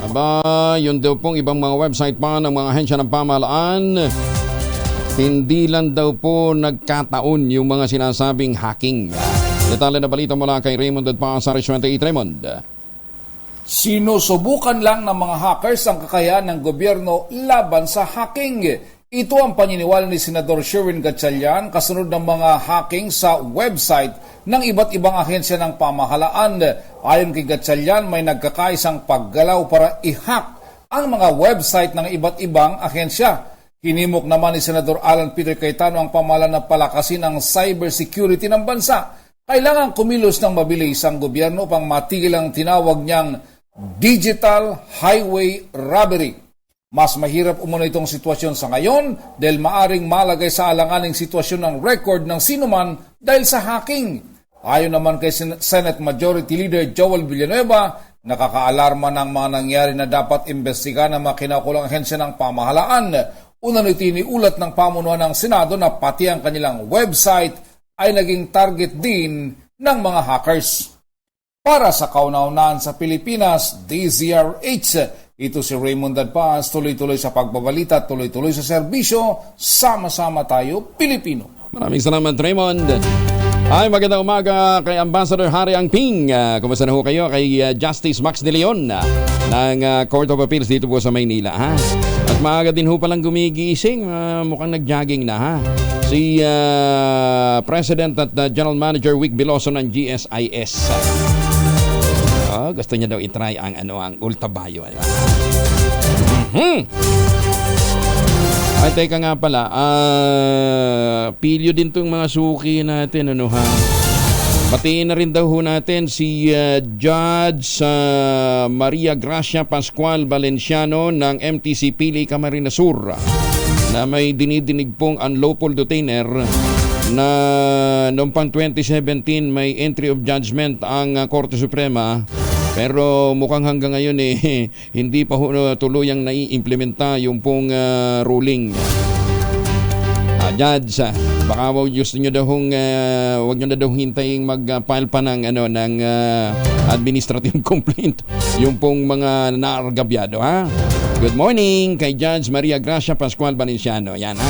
Ma'am, speedy resolution lang daw po ng kaso. Kasi yun ho ang guidance ho ni Chief Justice Yes Mundo, ha? Batiin na rin ho ninyo ang isang opisyal ng Department of Finance na madalas bumiyahe kasama ang kanyang biyanan. Bang? Ayos oh. Kapagmahal sa biyanan, ha? Halos 70% sa higit 30 nakalibing sa mass grave sa Socorro, Surigao del Norte ay mga bata. Ito naman ang kumpirma ni Senator Ronald Bato de la Rosa kasunod ng ocular inspection sa kuta ng hinihinalang kulto sa Sitio Kapihan sa Socorro. Ayon kay de la Rosa, pangunahing dahilan ng pagkasawi ng mga bata ay ang hindi pagpayag ni Senyor Aguila na madala at mapagamot ang mga ito sa ospital, kung saan naniniwala niya ang mga miyembro na sa kanyang sa paniniwala ng mga miyembro sa kanyang taglay na healing powers. Yun nga, may isang father na pumunta doon sa pag-inspection natin at nagreklamo ito sa NBI na yung kanyang anak gusto niyang ma-recover doon sa pagkalibing doon dahil nilipat nila yung libingan ng kanyang anak at namatay daw yun. Sanhi nang hindi sila pinayagan ni Senyor Aguila na bumaba at pumunta sa hospital. Wow. Dahil kailangan maniwala lang daw sila kay Senyor Aguila, may healing power siya at hindi siya kailangan pumunta sa hospital at namatay ang bata. Ay, sus, may ginoong buhay ito. Pero alam mo ninyo, sa modernong panahon, may ganyan pa rin talaga. Hindi ako nagtataka. Sa dinagat natin, di ba? Matindi din ho yung kulto doon, ha? DSWD at iba pang sangay ng gobyerno, pangangasiwaan ang pamamahala sa mga miyembro ng Socorro Bayanihan Services Incorporated. Detalye na balita mula kay Bal Gonzalez, Arish Pai. Bal. Kuya Angel, pangungunahan na ng Department of Social Welfare and Development o DSWD at iba pang ahensya ng gobyerno ang pamamahala para maibalik ang buhay at serbisyo sa mga miyembro ng kontrobersyal na Socorro Bayanihan Services Incorporated. Sa binuong interagency meeting, tiniyak ni DSWD Secretary Rex Gatchalian na ibabalik nila ang kaayusan sa Socorro. Bumuo ang kalihim ng isang composite team na kinabibilangan ng Department of Health, Department of Education na siyang kukolekta ng baseline data hinggil sa health and literacy ng mga bata, maging ang mga nagpapasusong mga nanay sa komunidad na nasa Sitio Kapihan, Surigao del Norte. Pangangasiwaan ng DSWD ang mga intervention sa human development component sa pamamagitan ng kapit-bisig laban sa kahirapan, comprehensive and integrated delivery of social services o kalahi CIDSS program. Habang sa panig naman ng Department of Labor and Employment ay magkakaloob ng livelihood opportunities sa mga residente ng Socorro sa pamamagitan ng TUPAD program. Para sa kauna-unahan sa Pilipinas, DZRH, ito naman Bal Gonzalez, tuloy-tuloy sa pagbabalita, tuloy-tuloy sa servisyo. Sama-sama tayo, Pilipino. Maraming salamat, Bal, at magandang umaga sa mga taga-Palamati na tudra sa Jensan sa General Santos City. Happy birthday kay Michelle May Arizola. Birthday niya ngayon. Habang sila nakatutok dyan sa Camptinho, sa Nueva Ecija. Judith Cabebe, magandang umaga. At sa mga suki natin dyan sa Iligan City. Alam ho ninyo, ang Iligan City, nandyan yung Maria Cristina Pauls, diba? Alam ho ninyo, ang Iligan City, nung ayaw ko kung valid pa hanggang ngayon. Pero ang sabi nila, ang pinakamagagandang mga Pilipina, yung mga Tisay, tsaka yung talaga, Pinay, kasi marami palang mga Spaniards na tumira dyan sa Iligan City. Sabi nila, nandyan daw po sa lungsod ng Iligan. Oh. Ako hindi ako naniniwala. Sabi ko, mas maraming magaganda sa Kidapawan City. At saka sa North Cotabato. Di ba, Goblala? Maganda umaga, Pilipinas! Pero ang masarap na tsokolate, nandyan sa lalawigan ho ng Quezon. Sa tulong nga po ni Dr. Helen Tan, itong mga magniniyog dyan po sa lalawigan ng Quezon ay nadala po yung mga planting material ng kakao galing Davao. Itinanim ho nila sa ilalim po ng mga nyugan, kaya ngayon ay meron silang brand na Tangerine Chocolate. Available sa 0919-095-5935. Baka nag-iisip po kayo ng pangregalo sa Pasko, abay umorder na po kayo. Suportahan ho natin ang ating pong mga manggagawang Pilipino, ang ating pong mga magsasaka, ang ating mga magniniyog sa kanilang paglalayong magkaroon ho ng mas magandang buhay. Sila nga po yung mga MSMEs na ho ngayon, nagbibenta ho sila ng brand ng kanilang tsokolate na Tangerine Chocolate. May iba't ibang variants yan sa Tangerine Chocolate.ph. I-check ho ninyo nang sa gayon malaman nyo ano yung pinakamagandang may order. Pwede ho kayong makipag-ugnayan din sa 0919-095-5935. Suportahan ho natin ang mga manggagawang Pilipino, ang mga magsasakang Pilipino, ang mga MSMEs para lumakas po ang ating ekonomiya. Sabi nga po ni Dr. Helen Tan, piliin nyo rin yung dark chocolate kasi noong 1700s nasubok na po ang dark chocolate bilang panglunas kahit sa smallpox. Kaya immune booster po siya. Maganda umaga, Pilipinas! Ay, congratulations muna sa 24th anniversary sa PNP service ng PNP PSBRC 12 class of 1999. 24 years na sila. Ang sabi ni EGM Week Biloso kahapon, 15 years ka sa gobyerno, pwede ka nang mag-retire. Pero kung ikaw naman ay able-bodied pa, pwede pang magpatuloy yan. At magandang umaga ho sa mga taga Nueva Ecija. Magandang umaga din po sa mga Pilipino dyan ho sa Hong Kong. Nag-aaway-aaway ngayon dyan sa Gaza, na pinag-aagawan nila yung teritoryo.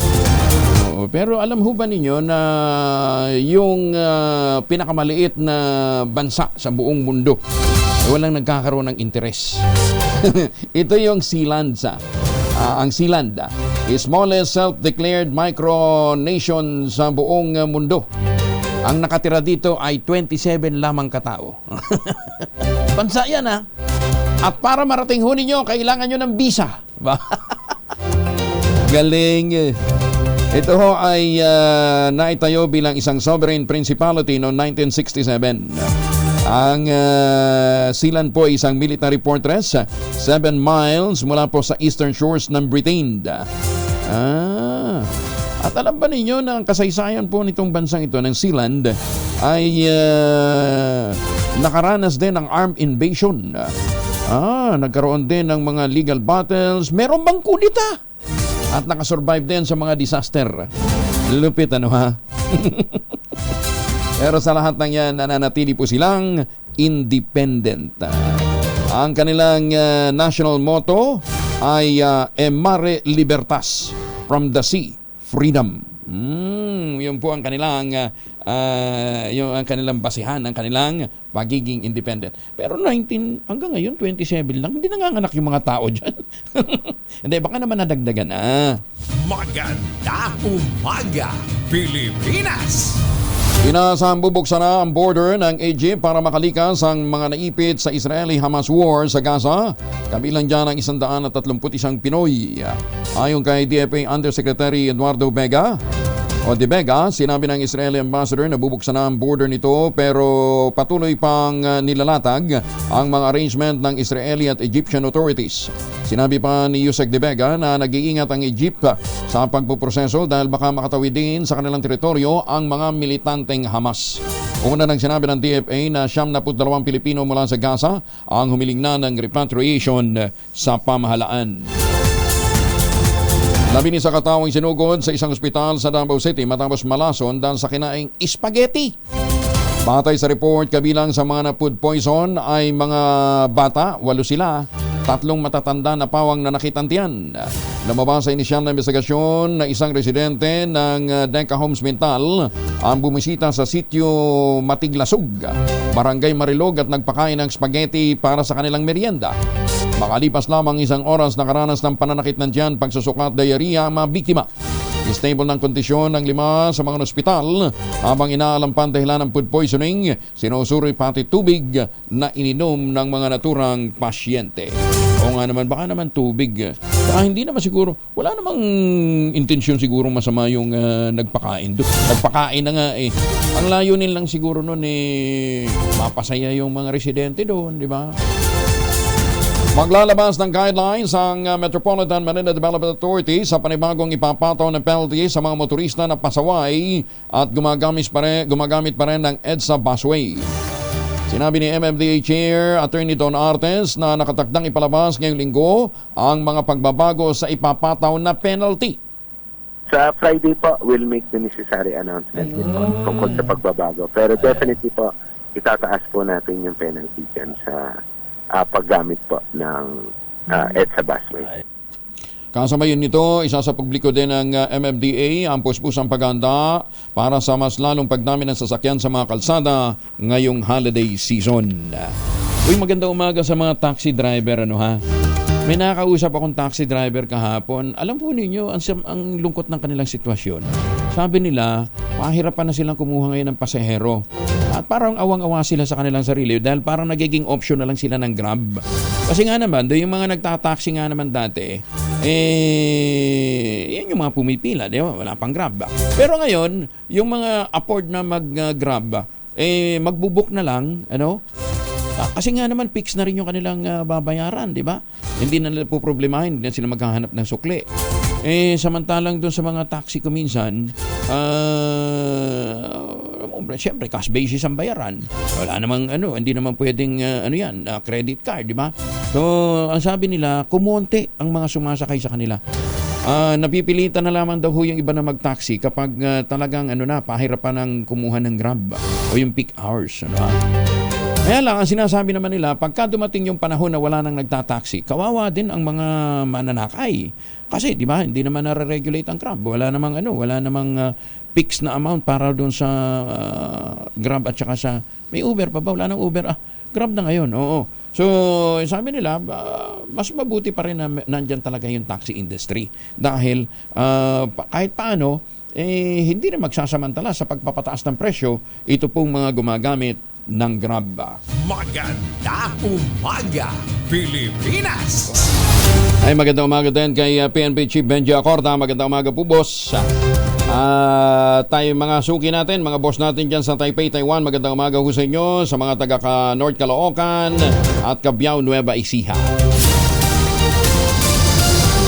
Pakiusap po nila, ulitin daw ho yung number na pwede nilang pagpadalhan ng sagot sa mahiwagang tunog. 0919-282-6485. Ayan, binagalan ko na ha. Ulitin natin. 0919-282-6485.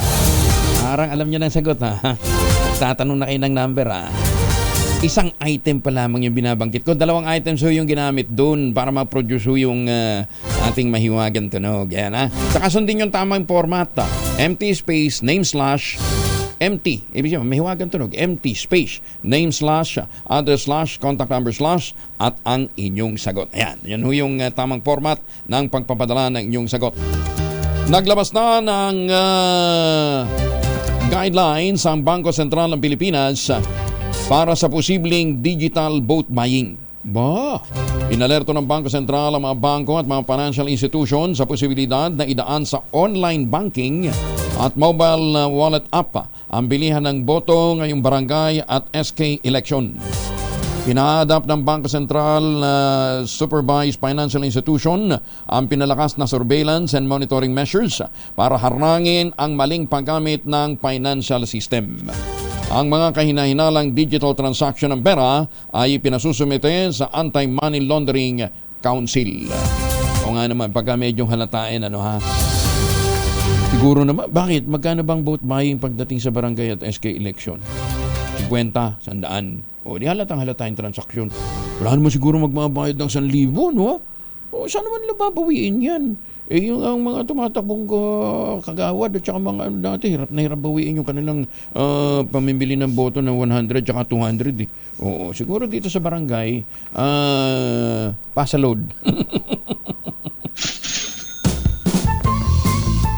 Dahil malakas ang kako makinig sa DZRH, malakas ka rin sa amin. Itodo nyo na ng malakasan ang inyong radyo at makakaina ang matyempohan ng aming roving reporter na nakikinig o nanonood sa DZRH. Instant, mananalo ka ng malakasang 1,000 pesos sa DZRH Malakas promo hatid sa atin ng kauna-unahang radyo sa Pilipinas, DZRH. Una sa Pilipinas, una sa Pilipino. Sa mga taga-Baclaran, Parañaque, ang tabayanan po ninyo dyan, si Sherwin Alparo nag-iikot na. Ayan ha. Bakit magsisimba muna si Sherwin? Sige Sherwin, damay mo kami sa dasala. Pero nandyan sa may barangay Baclaran, sa Parañaque, si Sherwin Alparo at mamaya pipili ng bibigyan niya ng 1,000 piso. Yan ha. Daming pinamimigay na parents, Sherwin ha. Binalasa naman ng Philippine National Police ang 4 na high-ranking officials nito. Kabilang sa apektado ng reshuffle, si Police Brigadier General Nino David Rabaya, itinalaga bilang Acting Deputy Director for Controllership. Si Manila Police District Director Police Brigadier General Andre Dizon naman ang papalit sa posisyon ni Rabaya bilang Acting Director ng Retirement and Benefits Administration Service.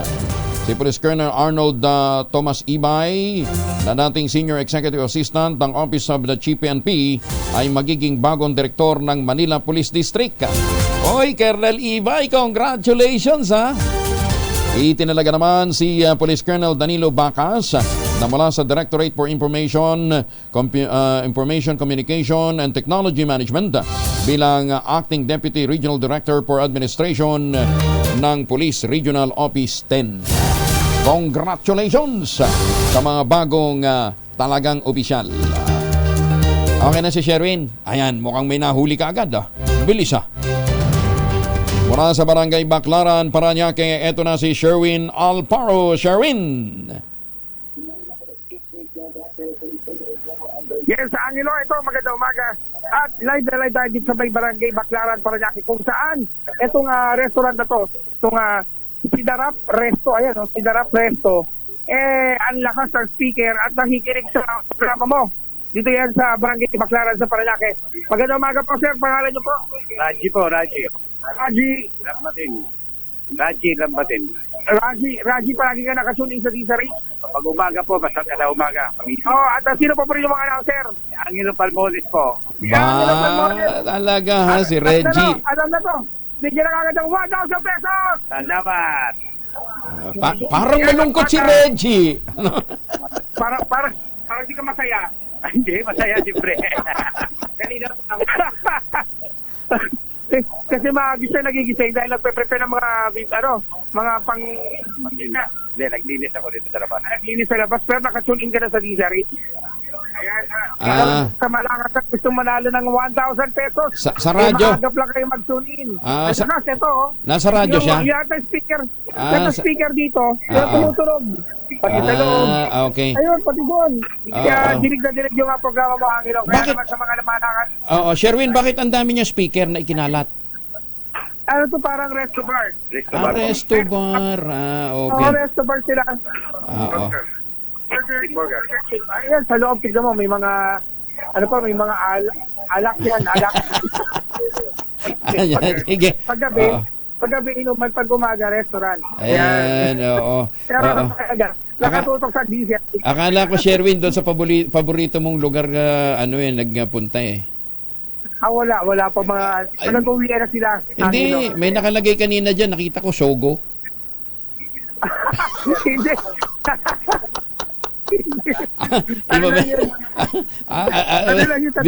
Billboard lang ba yan?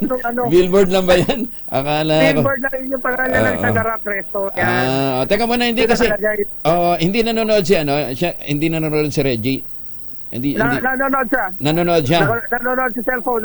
Kasi Reggie, mukhang may nakalimutan kaya ta Reggie. Ito sa labas. Reggie, panoorin mo sa RH TV, mukhang may nakalimutan ka.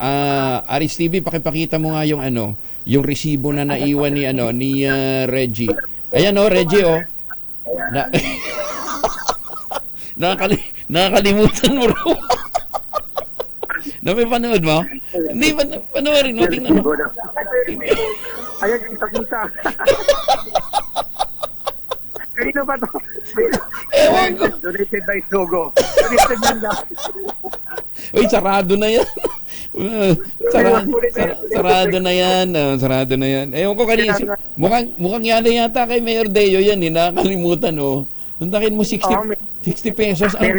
Anong taon na kaya yan? Di ba sarado na yan? Parang bagong-bagong bukas. Pabubukasan yata niya